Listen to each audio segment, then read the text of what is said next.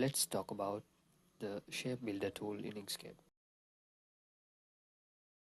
I'll create a rectangle, a circle and a triangle. Now let's say we want to merge these objects.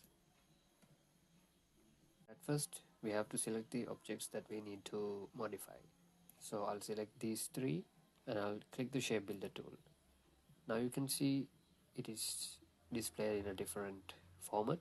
What you can do is you can just click, click, click. That will add these three. And if I enter, you can see the selected shapes have been produced as a result. I'll undo that and select again and select the shape builder tool. Instead of just clicking on this, you can just drag using your mouse. Now it will select this, and when I press enter, you can see this is combined.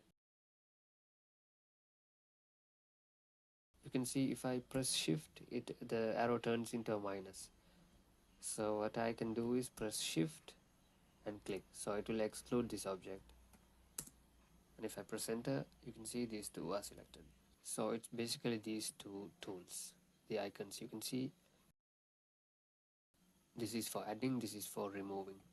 You can press enter or you can click this button to finish. If you want to cancel the operation, you can select this. That's how the shape builder tool works in Inkscape. Thank you for watching.